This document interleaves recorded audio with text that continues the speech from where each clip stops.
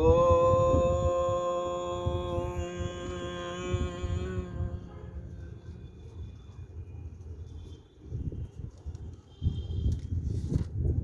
एक समाचार पत्र की क्लिपिंग है।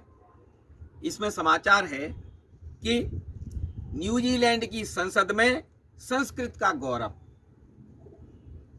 न्यूजीलैंड की संसद में भारतीय मूल के नवनिर्वाचित सांसद डॉक्टर गौरव शर्मा ने संस्कृत भाषा में शपथ ग्रहण कर देश को गौरवान्वित किया है।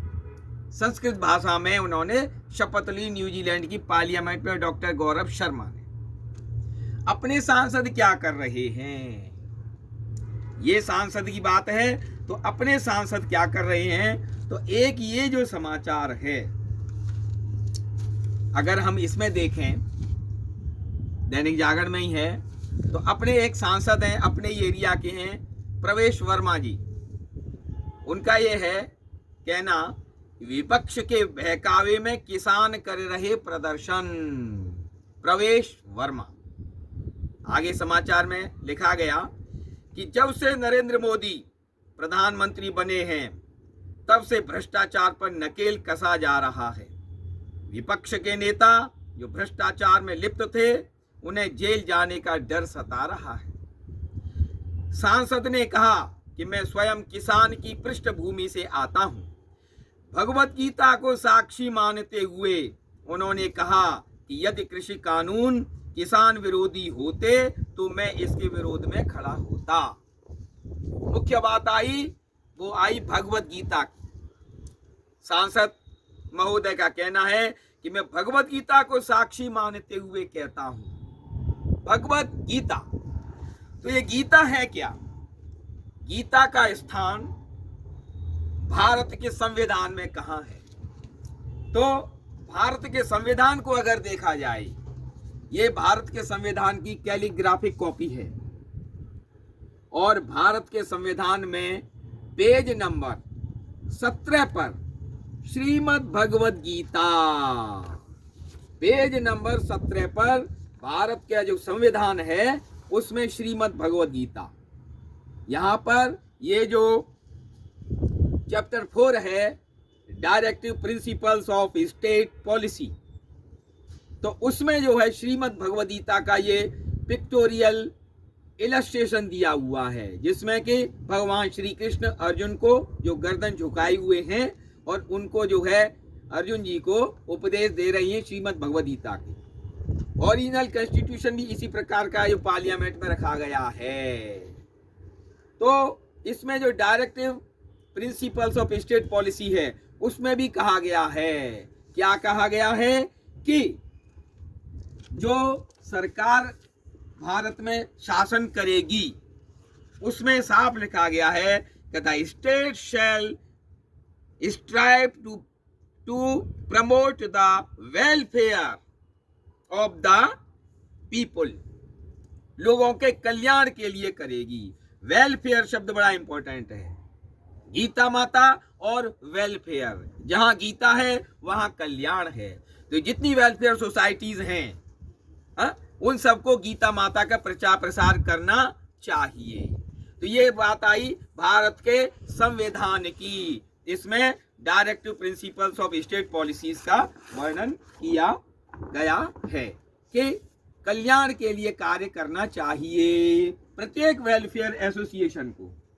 अब आगे हम चलते हैं, तो ये जो समाचार पत्र है इसमें आया है, योगस्थः कुरु कर्माणि संगम त्यक्त्वा धनंजय सिद्ध्या सिद्ध्यो समो भूत्वा समत्वं योग उच्यते। योगस्थः कुरु कर्माणि संगम त्यक्त्वा धनंजय सिद्ध्या सिद्ध्यो समो भूत्वा समत्वं योग उच्यते। और ये जो प्रोग्राम है ये 17 दिसंबर से और 25 दिसंबर तक अंतर्राष्ट्रीय गीता महोत्सव 17 से 25 दिसंबर 2020 मार्गशीर्ष शुक्ल पक्ष कुरुक्षेत्र हरियाणा में मनाया जा रहा है अंतर्राष्ट्रीय गीता महोत्सव। अब गीता के बारे में अगर हम देखें तो एक श्लोक याद आता है।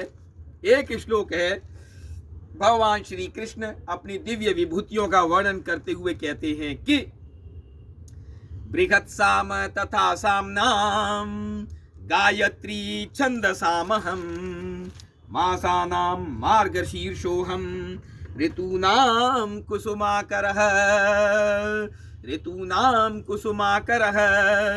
तो स्वामी अखंडानंद सरस्वती जी क्या कहते हैं श्रीमद् भगवद गीता के इस श्लोक के बारे में? उन्होंने कहा कि मैं सामों में बृहत् साम हूँ, छंदों में गायत्री छंद हूँ और मासों में मार्गशीर्ष हूँ। भगवान राम का व्याह मार्गशीर्ष में ही हुआ था। इसी महीने भगवान श्री राम राम बारात लेकर के जनकपुर धाम पधारे थे और पहले वर्षारंभ भी मार्गशीर्ष में ही हुआ करता था।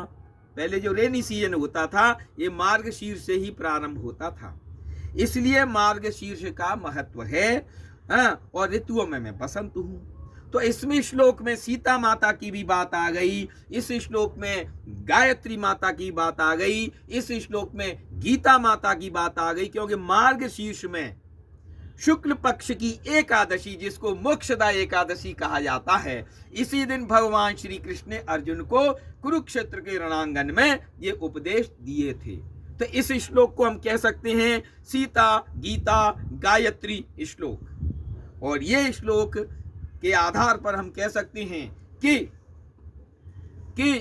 यह जो समय निकल रहा है, समय जा रहा है, दिसंबर का महीना है और आज तो 18 तारीख है, 18 से 25 तक हम अपने बच्चों को श्रीमद् भगवद गीता की ओर, जो कि विश्व का एकमात्र ग्रंथ ब्रह्म ज्ञान की ओर ले जाता है, सभी वेदों का उपनिषदों का सार है। कहा भी जाता है कि सर्वोपनिषदो गावो दुग्धा गोपाल नंदन है पार्थो वत्स सुधीर भोक्ता दुग्धम गीतामृतम महत्।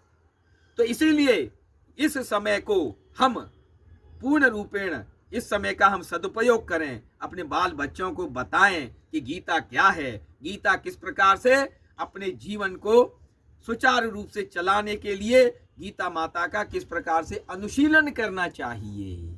तो ये गीता माता के लिए उपयुक्त अवसर, गीता जयंती आ रही है 25 दिसंबर 2020 को मनाई जा रही है, मार्गशीर्ष शुक्ल एकादशी मोक्षदा एकादशी को। और गीता सुगीता कर्तव्या किमन्यः शास्त्र विस्तरः या स्वयं पद्मनाभस्य मुख पद्माद् विनिसृता।